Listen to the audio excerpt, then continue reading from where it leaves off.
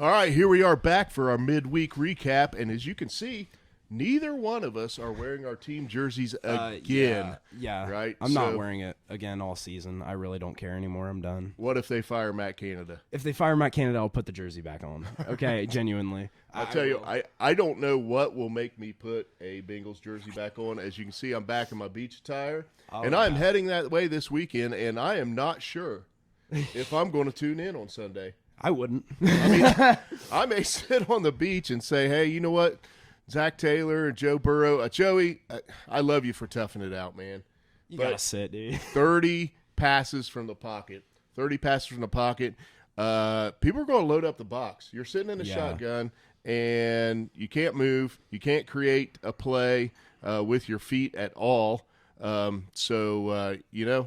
mean, you can rest or you can get hurt worse. That feels like the two options here. I think it's apparent, too, is the one criticism that I've had of Joe Burrow ever since he's entered this league is that he takes too many sacks. And it's like you can control sometimes if you're going to get sacked or not. And Joe Burrow being hurt does not help that fact. It is not allowing him to control that, right? Yeah. And, I mean, you're sitting there. What are you checking into when you got 7 on 5 and I got to throw the ball from the pocket? And, I want to know his pressure statistics because he looked awful under pressure. I mean, genuinely. Like, he can't do anything under pressure this year, and I think that it just shows. But either way. And late in the game, he gets hit, man. Looked like he cranked the elbow a little bit, but he comes out. And series after series late in the game, I look up, and Joey's still in there. Come on, Zach Taylor. Dude, he needs to sleep. Dude. Let the man rest. At least when you're down like 20 million to 3 or whatever, take him out. All right. Right? So what about your Steelers? Yeah, so we kind of got embarrassed by C.J. Stroud, which, like, I was on the show, I mentioned that, like, there was a little bit of doubt, but I'm like, no, we've got this. No, we just can't play against elite QBs. And I'm calling C.J. Stroud that because he's looked like an elite QB. I was just getting ready to say, let's give some credit where credit is due. But elite? Yeah, he's elite. I mean, so far this year, he's like he's like second in passing yards. He's not thrown an interception all year. He's working with his best weapon being Tank Dell and Nico Collins. Those are glorified wide receiver threes on 90% of NFL teams. Can Houston legit win the AFC South? Oh, yeah. That division sucks. I mean, okay, the Titans are a little bit more disappointing. They're going to be their inconsistent selves that we said they were going to be. They're doing damage everywhere. Yeah. The Jaguars have been huge disappointments. Played really good this weekend. My call. Lock of the week. Played really good this weekend at their home turf across the freaking ocean, but either way. They're there again this week. I know, which is Bills. Dumb as crap. Give me the Jags. Anyway. Give me the Jags against the Bills. Yeah. All right, anyway. No, but the Steelers, same issues that have been persistent. We lost 30-6 to the Houston Texans, if that tells you anything. Defense looked like crap. We didn't get a sack, which this defense is perpetuated on sacks and turnovers. Very aggressive, those. Simple as that. We continue to play zone defense in a world where QBs can read zone defense so easily now with all the film and technology they have available. Zone defense is a thing of the past, and man defense is slowly edging itself more into playbooks. And the Steelers are still trying to do this traditional Steelers thing where we play man defense because we still got it, and it's every quarterback tears us apart. Well, I think we should spend no more time on our teams because they suck. Well, I do want to say that I am no longer a Steelers fan. I'm still a Steelers fan. But I'm no longer tuning into a game or watching any Steelers football until Matt Canada is fired. I'm going on strike. You can call me a Lions fan for this season. I am jumping the ship as a 1-year rental on the Lions bandwagon, and then I will hop off that wagon and go back on the Steelers once Matt Canada is gone. I'm not going that far. I'm going that far. I have been a Bengals fan through the worst of times, and these look similar right now, to be honest with you. Very similar. I am sneaky loving me some Dan Campbell. Oh, yeah, I know. Yeah, all day. We're not going to talk about that outside of the show. Okay, big three. So let's run down Zeb's big three from last week. Let's start with them Bengals. Bengals minus 2.5. Good job. Yeah, you guys suck. I mean, they tricked us. They tricked us against the Rams. Yeah, they really did. They really did. Monday Night Football, they tricked us. Joey was able to stand in the pocket, actually had a decent game. I don't know what the Rams defense was doing, but not what the Titans defense was doing, and he got you drilled. Dude, this Sunday. So Yeah. all right, that one you gave a bonus pick this week. I get a pass on that one because thank you for our glorious Lord and Savior, Deshaun Watson, who decided that it would be very smart for the entire team and the entire media and everyone who would sports bet to announce that, I'm actually not playing because I have fluid in my elbow an hour before the game. I mean, so thank you for just adding on to the hatred that you already deserve, dude. Sometimes I feel like you got to know, and they get to these game time decisions, but it really felt like nobody knew except for Deshaun that he was just going to take a knee on Sunday. He took all the first team reps in practice all week and kind of just left his backup rookie QB DTR out to dry. And then people are like, well, this guy sucks. Well, it's like, he didn't take any first team reps in practice because Deshaun Watson is so much of a jerk that he's like, oh, I'm actually not going to play an hour before the game. And the Ravens team looked just like the Ravens team that went into Cincinnati, and Lamar Jackson very poised, got the job done. The defense looked good. Browns offense couldn't do anything, which didn't help their defense either. But I'm letting you off the hook on that one, basically on Deshaun. Yeah, screw you, Deshaun. Yeah, he screwed us. So. And then Chargers -5. It was my lock of the week. I knew they were going to go into I thought they were going to dominate the Raiders. They didn't quite dominate them. I did too. But, they covered the 5. I mean, they covered the 5. That's all that really matters. That's what gets you paid. Yeah. And then last but surely not least, we have the Seahawks. This team, I was really high on them in the preseason, and then I came back down to earth right before the season, and then I thought they were a bag of crap when the Rams went in and dominated them, and now they went 3 straight, and they look good. I mean, how about the Seahawks? I don't think anyone right here is sitting here and saying that the Giants are a good team. I kind of said in my preseason that I thought they were going to regress heavily. Yeah. It is shown they look like crap. They had a good half. They have led. They have led in games for the first 4 weeks. Their total time leading in a game has been 13 seconds. Yep. So they have not taken an offensive snap with the lead. Yeah, I think we talked about, and I don't have the stats. I wish I'd looked up the stats of Danny with Saquon, without Saquon. Yeah, big gap. And which, to be fair, he did get sacked 10 times by a really bad, or at least looks bad, bad Seattle defense, and he got sacked 10 times. So he has no help. He can't really do anything. Hi, Kane. I think the Seattle defense might be good enough. It's all right. It's not. I mean, it might be good enough. I mean, if you're middle of the pack and that offense can produce, that's true. That's capable. Very true. Then they're going to be a decent team. Anyway, they're sitting 3-1. Zeb's sitting 6-5-1 on the season. So again, kicking the crap out of Colin Cowherd. I don't even know what he went, but he had a long way to go to come back to get you this week. So straight picks. Dad's still up. Yep. 39-25. Zeb coming on strong. 37-27. I had a better week than him this week, so I mean, I got one game. Yeah, I was about to say by one game. So all right. Big 5 games. We start with the game of the week. We always start with the big game, so we have enough time to talk about it.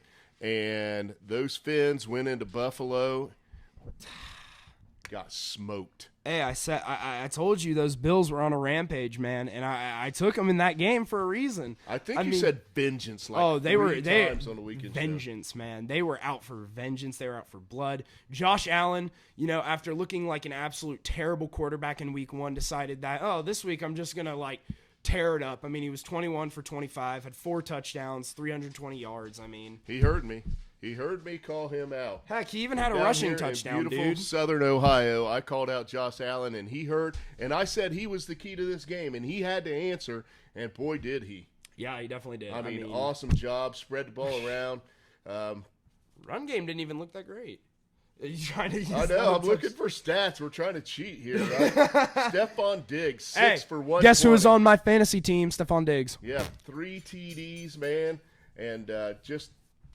We're clicking. He just spread it around. It looks like 18 different receivers. I don't know. I mean, he had both of his tight ends cooking too. I mean, even though Cook only had a reception, his rookie did pretty well. So what do you think this means? I think this is just a casual NFL game that it's week 4. I think, we're at the quarter season. I don't think there's anything really major to take away from this game. I don't either.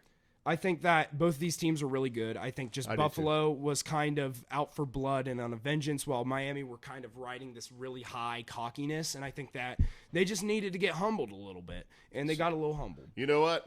A Dolphin, and I don't believe in this crap, but one of the Dolphins, Tyreek, said, hey, maybe we needed this, and it was a good loss. But you know what?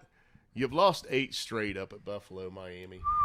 8 straight. So, here's the deal. Now Buffalo has a leg up in the division, and there is a ton of football to play, so I'm not saying they're going to win the division. But if they do, guess where you got to go and win? Buffalo! Yeah, and you've proved that you cannot. Yeah. Okay. I still think Buffalo is one of those places where it's kind of adapted in the modern game to, like, ever since they've been good, they've kind of been a hard place to play. It's not like... Oh, yeah. I mean, it's not like...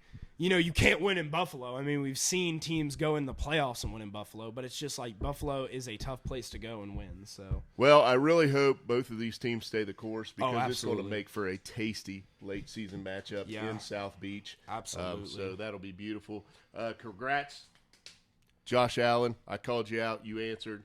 Good job. You were the key to the game. So our number 2 game. This wasn't even a game of the week because stupid Deshaun Watson. And Ruined I'm not it. hating. Like I said, a lot of my Browns hatred has not been directly on the Browns. It's been on Deshaun Watson. And I will still hate on Deshaun Watson. Like, this dude has been the bane of my existence for the first 4 weeks when it comes to picks. I am 0-4 on predicting the Browns game. And this week is completely his fault. And I took the Browns, because of Deshaun Watson, because he played well the week before. I thought he's starting to hit stride with the way this defense is playing. Man, these guys are going to be lights out, and it's at home in the dog pound division game. I thought it might be ugly and close, but no, get you some Lamar.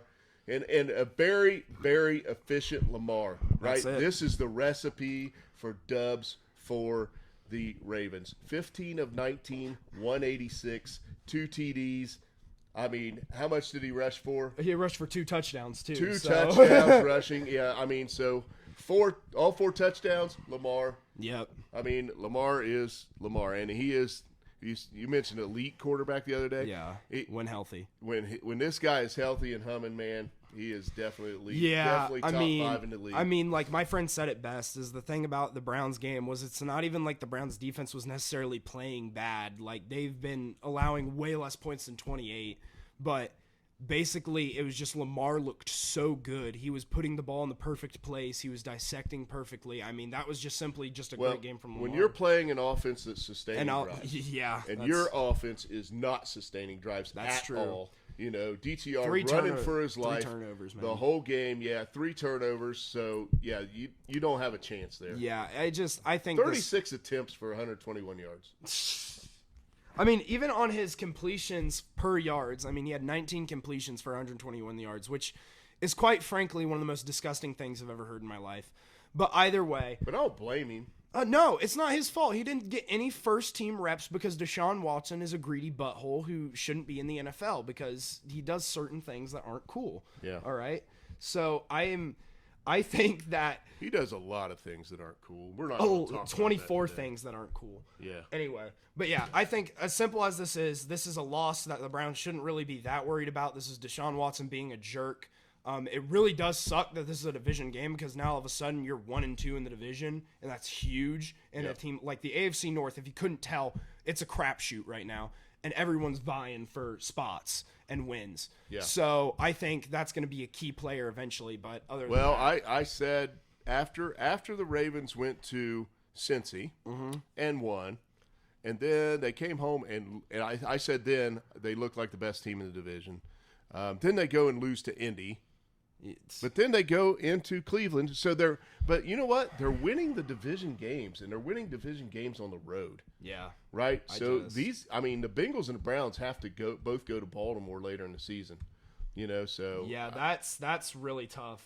Baltimore can get a little crazy, man. I mean, yeah. All right. Third game though. Buccaneers and another Saints. Game that just wasn't a game of the week. It was just not good. First of all, Baker Mayfield. But I think it's interesting. It's very interesting because the Buccaneers are all of a sudden like, hey, they might win their division. Like, they're 3-1, man. I mean, Baker yeah, kinda looks okay. sexy. Yeah, he didn't look good against the Eagles defense, but against everybody else, he's done just fine.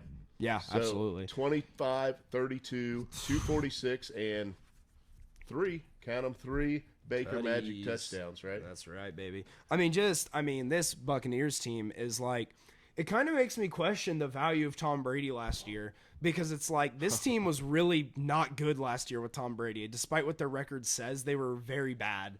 And Baker has kind of come in and has been like better than Tom Brady, which I never thought I'd say in my entire life, that Baker was better than Tom Brady, but he has been better than Tom Brady was last season. And so it's weird. So we both thought that Alvin Kamara coming back would be a big factor in this game. Oh, I mean, they just didn't run the ball. He had They 11 decided to pass carries. it. So, I mean, was he in game shape? I don't know. We thought Jameis was going to play. Derek Carr played. Yeah. And Derek Carr, gosh, what was that attempts and yards that I just read for DTR?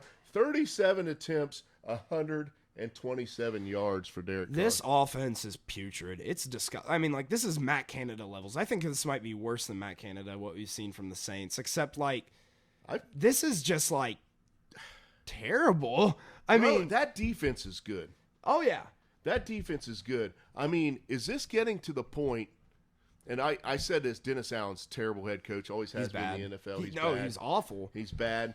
And are they going to have to give Jameis a shot if this continues? I don't think there's a solution. I mean, Jameis threw one pass on Sunday, and it was an interception. And it's just like, I mean, that's the most Jameis Winston stat, by the way. Just one pass, and it actually should be two passes. It should be one touchdown for 72 yards and another interception. But either way, I say way back in the day, I called this on Jameis when he was in the ACC, Florida State, and I think he threw like 17 picks in a season. I said, dude, if you're going to throw 17 picks and in the ACC, if you want to know where the modern gunslingers like Brett Favre are, this is Jameis Winston. And if you get in the NFL, dude, you're going to lead the league in picks. I mean, he literally had a 30 for 30 season and 5,000 yards. Either way. Yeah, we're talking about somebody that's not even playing. Yeah. Derek Carr, smelly. He sucks, Saints man. offense, smelly. The Buccaneers look pretty darn decent early in the season. So you kind of break the season up into quarters, and they're 3-1 after the first 4 games. I mean, absolutely. And Baker, I mean, they've been riding their offense on Baker, which it's like, all of a sudden, in my opinion, what does this say more? Does this say more about Tom Brady not being that good in his old age and kind of just sloping along the last 2 years like he did? Or does this say more about the Cleveland Browns and they went out and paid Deshaun Watson, yet Baker is putting in a relevancy here at, Tampa Bay, which it's like, you think back to last year when he kind of bounced to the Rams, right? That's super hard to do, to bounce to a team halfway through the season. Yeah. When you haven't had all those preseason plays and stuff like that. But also, you think that he was in Carolina under the Matt Rule Carolina Panthers. He has had zero consistency and continuity in his career. I'm starting to think it's more so the fact that he's had like 800 coaches. I think Baker might be a good quarterback. Man, I don't know. He was like, I want to say, I looked at his record coming into the season. It's like 33-38 or something like that. So he might be sitting at almost 500 now. With the carousel that he's been around in I think Baker might be in that underrated talk right now, just because I'm starting to piece together the things of how he looks in Tampa Bay with all of his past actions, and I'm like, maybe it was the coaching, and maybe it was the coaches. Buckeye fans will never forgive me if I say Baker's a good quarterback. That's valid. He planted the flag. He did. Yeah, that's all right. Kudos to the Bucs and Baker. They got it done, 26-9 over the Saints. Here come the Cowboys. Hey, we had to question the Cowboys. We put this on here because it was the Patriots Cowboys, supposed to be America's game. But you had to question the Cowboys after they get beat by the Arizona Cardinals last week and handily. This is just how they work. This is how the Cowboys work. They always have those stupid bad losses, and then out of nowhere they're like, oh, we lost bad. Next week we're going to go in and we're going to dominate, or we're going to get a big win. And, I mean, that's what happened. Dak Prescott had a pretty solid game.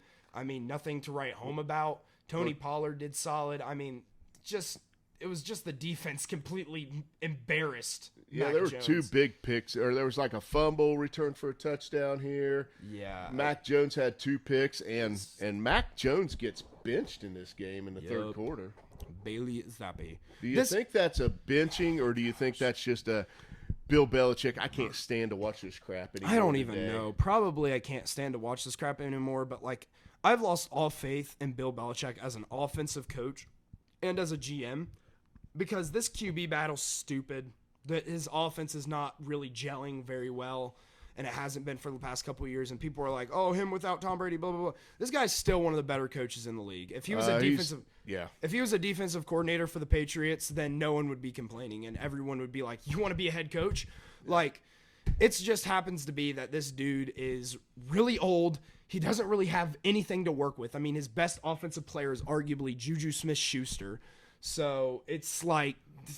Well, I think we're going to see these types of games out of the Cowboys where they dominate defensively, and then again, and we've said this a couple times, you give Dak a chance to manage the game. Absolutely. You know what I mean? Don't put Dak in situations where he has to come back or he has to go down and win a game.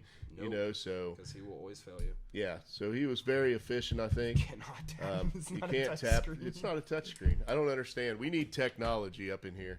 This is crazy. We need to learn how to use 28 to 34, 261, 1 touchdown. But the key stat for Dak is 0 picks. No picks, baby. Didn't throw any picks. Dak decided that he was going to withhold his daily habits of throwing interceptions, and he did very good there. Overall, not much to write home about. Most of our games of the week were kind of just one-sided, which... But the game that we had ranked number 5...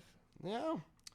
Was kind of a tasty one, right? It was pretty tasty. I mean, division game, you have coming off a bad loss Commanders, you have the Eagles who are undefeated, and I mean, the Commanders put up a fight there at the end, dude. I mean, they scored, and they had the opportunity. Ron Rivera, they call him the Riverboat Gambler, right? Yep. And he decided to not go for 2 on the road. How do you feel about that call? He had a chance to win the game on the road, or you extend the game and go into overtime at Philadelphia. I am not a Commanders fan. And it's almost too early in the season to do that. For me, I am an aggressive coach. If I were to do football, if you are past the 40-yard, 50-yard line, there is a good chance that if we are within 2 to 3 yards that I'm going for it. Yeah. And I'm going for 2 quite frequently when I can. Yeah. I think it's just an interesting thing. Well, I would go for 2 is what I'm going to say. Well, if I look at your record coming in, you're 2-1. Yep. What's the big stinking difference when you thought about your season as a whole coming in between 2-2 and 3-1? It's big. It's big from a momentum standpoint. Yeah. Especially after the loss to Buffalo. Is it that big a deal to be 2-2? Not really. I think that's kind of what it is like. Why? But is it a big deal to get the Eagles on the road in there? Yeah, it's really just like a matter of like you've got to weigh your options, and it's not so much of like this is good and this is better or this is safer. This is like how much value does this risk pay out compared to whether you'd lose it? The reward. I think the risk-reward factor was just the reward was so good that to pass up the going for 2. But it's not like a put him on across like Matt Canada or like Zach Taylor decision, but it's like you probably should have done that. I'm not going to criticize him too much. I think it's okay to be conservative. It's the NFL. You know, sometimes you just got to take the points if you really think you can't do anything. Yeah. And that's what he did. But overall, I mean, this Commanders team really came out hot, surprised me a lot. Jalen Hurts. They've kind of surprised me all year. I mean, you know, they're playing better than we expected. Of course, last week the Bills go in there and just kick the living crap out of them. You're like, But, frankly, after week 1, the Bills been kicking the crap out of everybody that they played. Yeah. Yes, so, I mean, I didn't expect the Eagles to be in this tight of game, and it did go back and forth. Given Ron Rivera's call, it went back and forth. I mean, the Eagles didn't kick the game-winning field goal to like 4 minutes left in overtime. Yeah. So there were opportunities for Washington to get a field goal in overtime and win this game. Yeah. But man, I go back to that call. Yeah, it's you know, football. That's just how it works, man. It's just this kind of like you want to make this call, but it's like it's so risky, and sometimes you just like kind of whimper out of it. And I mean, it's like you said, it's gambling, man. It's like you sit down at a blackjack table, right? Sometimes you're like, ooh, man, I'm riding hot, right? Should I do this, or should I just keep what I have? And he decided to keep what he have, and he ended up losing. But I overall, also, I wouldn't be worried. One thing I said to a buddy of mine, I was watching this the end of this game with him. I said, and somebody told me the Eagles escaped, and they kind of did a little bit. But this is what good teams do, also. Oh yeah, these kinds of games come down, they go to overtime, they find a way to execute and get the win. Even though it's not really an ugly win. I mean, Jalen Hurts played good, 25-37, 319, 2 TDs. At all. I mean, he played good. DeAndre Swift doesn't look bad. Not I mean, the DeAndre Swift 4 yards a carry. Not the DeAndre Swift he had been, Yeah. but he got in the end zone and Yeah. Averaged 4 yards a carry. So the Eagles team didn't play a bad game. I think Washington just played a really damn good game. Yeah, I mean, just simply put, man, this isn't college football where you can be like Georgia and sneak out a win against Auburn and then people criticize you for being a good team. This is the NFL, man. Like, the NFL, you get a win, even if it's a really bad team, it's still a win, in my opinion. And I mean, there are very few teams every year that if a good team were to go in there and lose or win close, I'd be like, huh? Yep. Like, why? But like, this is competitive football. It's full of professionals. It's full of stars. These guys are the best of the best in the world. And any given Sunday, one of those guys can step up and they can make it close. And that's just what's happened to happen today. I'm not saying even the Commanders are bad. I think they're a solid team. It's just that today wasn't their day, and the Eagles were just better at the end of the day. And I think that's what you can take away from this game. Okay, so we're not going to do this every week, but we are 4 weeks in, so a quarter into the season. Oh, yeah. And we just thought we'd just do a quick, we just want to touch the top of the power rankings, right? So we're each going to give our top 5.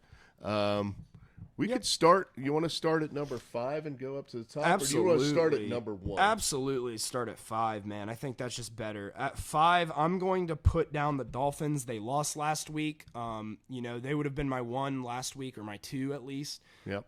Just simply they lost. I'm bumping them down to 5. There's good teams in the NFL. So yeah, I'm gonna go with them at 5. Okay, my number 5 is going to be the Dallas Cowboys. Valid. And they are there. Probably would have been higher before the Arizona game, but the games they've won, they played really, really, really well, Yep. and they've looked way more good than they've looked bad this Yep. year. The injury to Travion Diggs, though, I think really hurts that huge. defense. If they can find a way to overcome that, and it looked that defense looked really, really good last week. So Yeah. I'm gonna go with the Cowboys at 5. Who's your number 4? My number 4 is the Chiefs. They're 3 in a row. I just think that there is questions about, the controversy. That holding call was awful. Just some of the luck that they've had to get out of it. But at the end of the day, they're a couple points away from being 4-0 right now. And we just said that good teams just find a way to win. And that's what I think of the Chiefs. But right now, there's a lot of question marks for that offense because it does not look very good. Yeah, so I am amazed that I'm giving a top 5 and I do not have the Chiefs in it. And the reason I don't have the Chiefs in it is just like they've won ugly. Yeah. And last week was a really ugly win. Yeah. They definitely could have lost that game against a struggling Jets team, which, I don't know. Anyway, my number 4 is the Miami Dolphins. Okay. Because I asked you earlier, what do you think that game meant? Going up to Buffalo and getting smacked like they did, not a whole lot. Yeah. In the big scheme of things, not a whole lot. And again, like the Cowboys, they've been way more good than they've been bad. Yep. So yeah, I'm going Miami at number 4. At number 3, I'm actually going to go to the Dallas Cowboys. I think, Wow. So, yeah, you might expect me not to have the Cowboys in there. No, I'm going to have them because they've been way more good than they have been bad. But most importantly, this is what the Cowboys do. And I told you this is what the Cowboys do. They go in, they'll lose this big game out of nowhere, and they'll choke it away, and then they'll stay consistent and still find a way to win 12 to 13 games. They'll You know be what? fine. Well, they go to the Niners next week, right? Yeah. And we'll see. And I mean, they had the best win. I mean, other than the Bills, I would argue they probably had the best win this week. So I would say they're the second hottest team if we're going off of last week only. But they're I think they're pretty good. So my number 3 is going to be the Buffalo Bills. And the Buffalo Bills, because games matter, right? Yeah. And if I'm going to have the Dolphins at 4, then I'm going to have the Bills at 3. Yep. Because they showed last week they're better than the Dolphins right now. Their 3 wins, and it's been 3 in a row that they've been very convincing. Now, and that's been in spite of not great Josh Allen play. So this defense might be a little better than we thought it was. Yeah. So I'm going Bills at 3, and that is totally contradictory to what I believed in this team coming into the season. So right now, Buffalo Bills. Yeah, I'm starting to realize that since I counted down from 5 and didn't have them in order, that I'm going to be missing a team. So you know what? At 2, I'm going to tie. I was at 2. You know what? I'm going to tie 2 teams because I'm a cheat. You're going to sneak somebody back. Yeah, I'm going to cheat. So at my 2 and at my tied for my 2 are my 2 undefeated teams left are the 49ers and the Eagles, and I think both of these teams are, they haven't lost yet. They're hot. The 49ers have proven themselves every game. I would say they're higher than the Eagles. Eagles have kind of won close the 3 out of 4 of their games. So they've had, their fair share of mix-ins with, toughness and adversity. But right now, both of the teams are 4-0. They haven't lost. You have to have them in your top 5. So you've got them tied at 2. Yeah, I'm just going to tie them at 2 because they're basically the same for me. Because they're 4-0. So neither of those guys are number 1. No. Wow. So yeah, at number 2 for me is the Philadelphia Eagles because they are 4-0. This game this week actually solidified that because those are the types of games that you got to win if you're going to be a good team, if you're going to win your division, if you're going to get seated high in the playoffs, you're going to get those home games in Philly late in the year. Yep. You got to win those types of games. They proved they could do it. Jalen Hurts hasn't been great this year, but damn, he's solid. And he's somebody you can rally around and believe in as a leader on the field. So I've got the Eagles at 2. So since you did the little cheat, who's your number 1? So my number 1 is the team that boasts the best defense in points allowed in the AFC and the second best offense in points scored in the AFC, and it's the Buffalo Bills. And you know what? This is a power ranking. If this was a regular ranking, then I'd put the 49ers and Eagles at 1 and 2, simply put. But the truth about it is this is a power ranking, and what I hate about power rankings is that they value a lot of winning over the power ranking aspect of it. This is about teams that are hot. These are about teams that are the most powerful right now. This Bills team has won by at least 4 scores in their last 3 games. I mean, 3 games. That's pretty ridiculous in the NFL, especially when it's against like the Commanders and the Dolphins. So, yeah, they have that one fluke loss against the Jets early in the season, but this defense looks on point. This offense looks on point. I mean, this defense has been the first one that has really stopped the Dolphins dead in their tracks and not let them do whatever they want, right? Yeah. I mean, this Bills team is, in my opinion, the hottest team, and that's why they're my number 1. Yeah, I thought the Patriots contained the Dolphins, but I looked at the Bills and I thought they did a much better job defensively.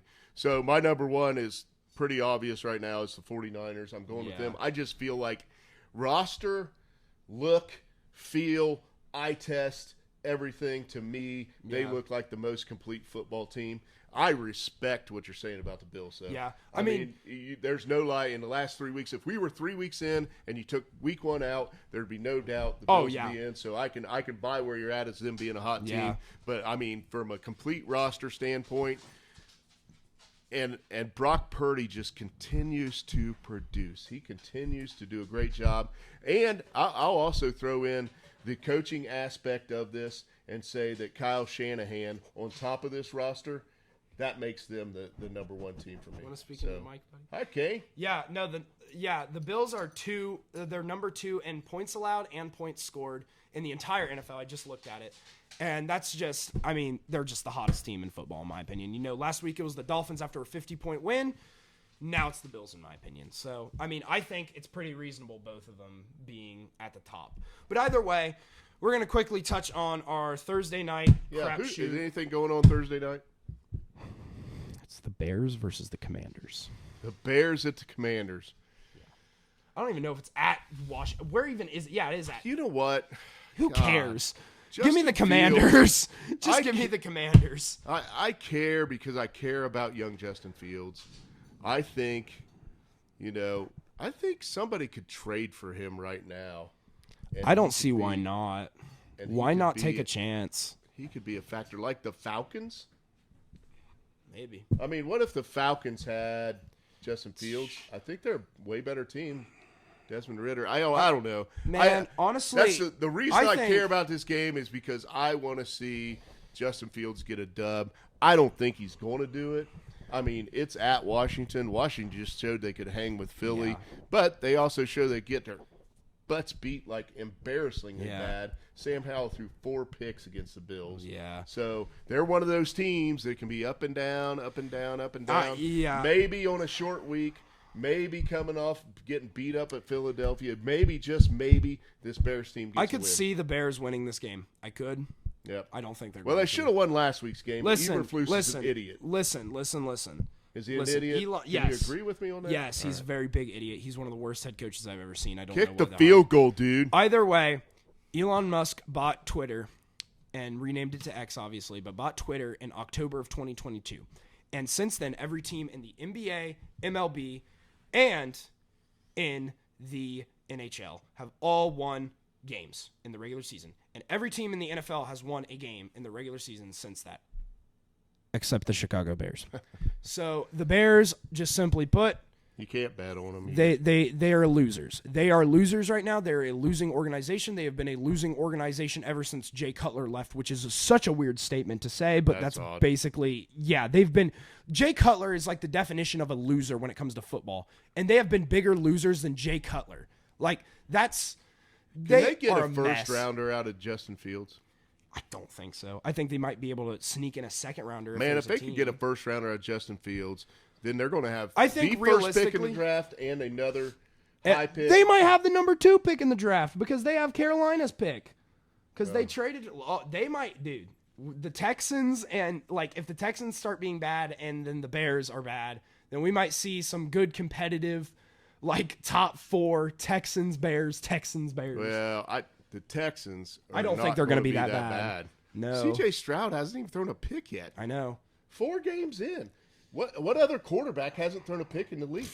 I don't know. Honestly. I can't name one off the top of my head. Either way. But, I mean, maybe there's one out there, probably but I can't Purdy. name it. I'm kidding.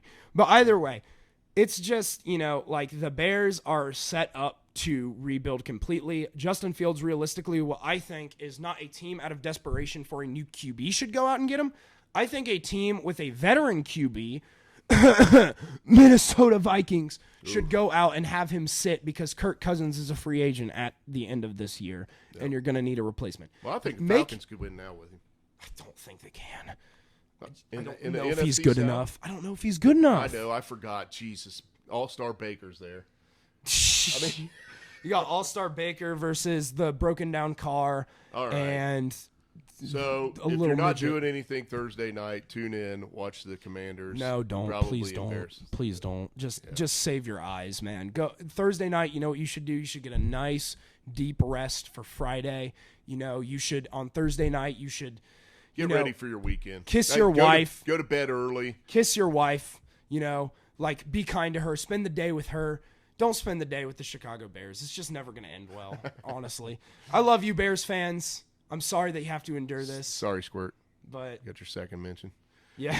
All right. So, anyway, we're going to wrap this one up. We'll be back for the weekend, back with our regular show. We'll drop Sunday morning. Thanks for tuning in. We appreciate you.